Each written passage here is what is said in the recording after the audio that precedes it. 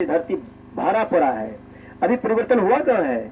अब परिवर्तन अभी वो परिवर्तन नहीं हुआ है जिसके बारे में परम संत बाबा जय गुरुदेव जी महाराज कहे हैं।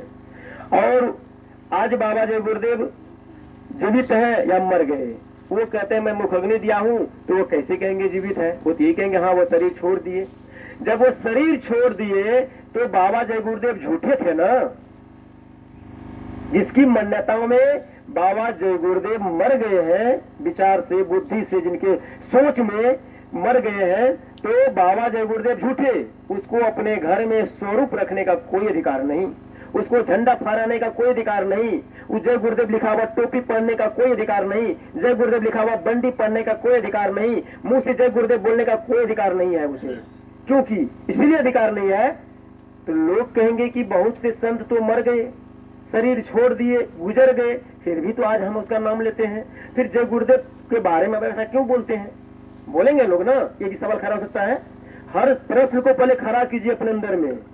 प्रश्न को अंदर में अगर ज्यादा पाल लीजिएगा ना, फिर वह आपको इतना भटका देगा, उत्तर ढूंढने में आपको संतुष्ट नहीं कर पाएगा।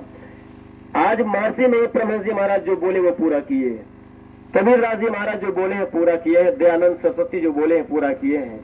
तब इन लोगों का वचन नहीं पलटा है तो उसकी पूजा हो रही है।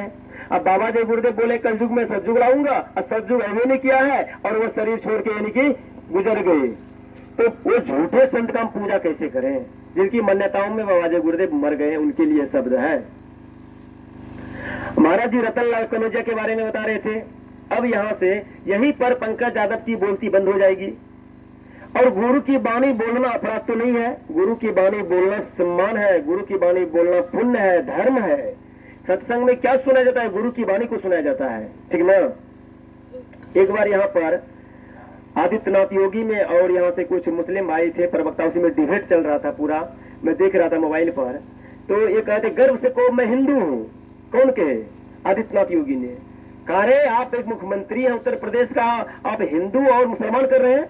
कह रहे हमारी वाणी नहीं है यह, तब स्वामी विवेकानंद महाराज की वाणी है। गर्व से को मैं हिंदू हूं। तो हिंदू जाति को इंडिकेट थोड़ा करता है, हिंदू वीरता को इंडिकेट करता है, हिंदू धर्म की स्थापना का इंडिकेट करता है।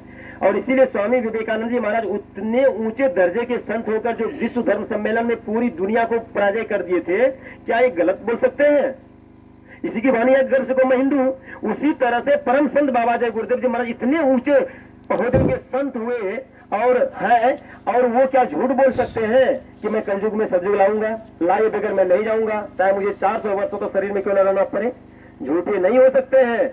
अगर यही गुरु की बाणी पंकज यादव का सत्संग चलता हो और पंकज यादव से हाथ जोड़कर बोलिएगा महाराज एक गुरु का बाणी आप बोल दीजिए, कोई बनौटी बात नहीं। जो आपके गुरुजी बोले हैं वो बोलने में क्या दिक्कत है?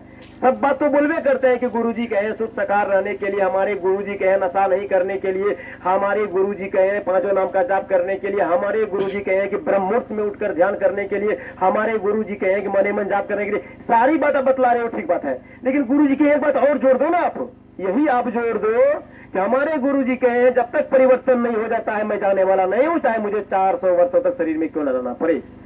ये पंकज यादव नहीं बोल पाएगा, नहीं बोल पाएगा वो। और वो अंधा और भेड़िया और भेड़ा है, जो कि भेड़ा का झुंड देखे हैं। अगर एक भेड़ गिर जाए खड्डे में, वो देख रहा है वो खड्डे में चला गया, उसका कितना बड़ा झुंड है, 1000 2000 का, सब भेड़िया उस गड्ढे में गिर के ही दम मारेगा। वही भेड़िया धसल वाला कहानी हम लोगों का हो गया है। सत्य की पहचान नहीं। बहुत पहले इंसान को अपने आप में सीधा किसी को मान लेना नहीं चाहिए। इसको भी मत मान लीजिए सीधा। क्यों मानेगा मेरे कहने पर? क्यों उसके पीछे समय बिताइएगा? क्यों उसके कहने पर हम निशान ध्वज खड़ा कर दीजिएगा? क्यों कहने पर इसको पैसा दे दीजिएगा, रुपया दे दीजिएगा कि निशान ध्वज खड़ा कीजिए? नहीं, इसको भी आपको परखना है, इसको भी आपको जानना है, क्योंकि ढोंगी गुरु का भ्रमण है। हमें वो तीसरी दृष्टि मिली नहीं है जो मैं ध्यान से भी देख सकूं कि कौन है, ठीक ना। जब हमें दृष्टि प्राप्त नहीं है वो अंदर का, तो हम अपना बुद्धि बनाना दिमाग लगाएंगे वहां पर कि बुद्धि से परखें। पहले पूर्ण बुद्धि से परखिए, किसी के कहे सुने पर भेड़िया धसमला कहानी मत कर दीजिए। यहाँ पर पंकज यादव की बोलती बंद, ठीक ना।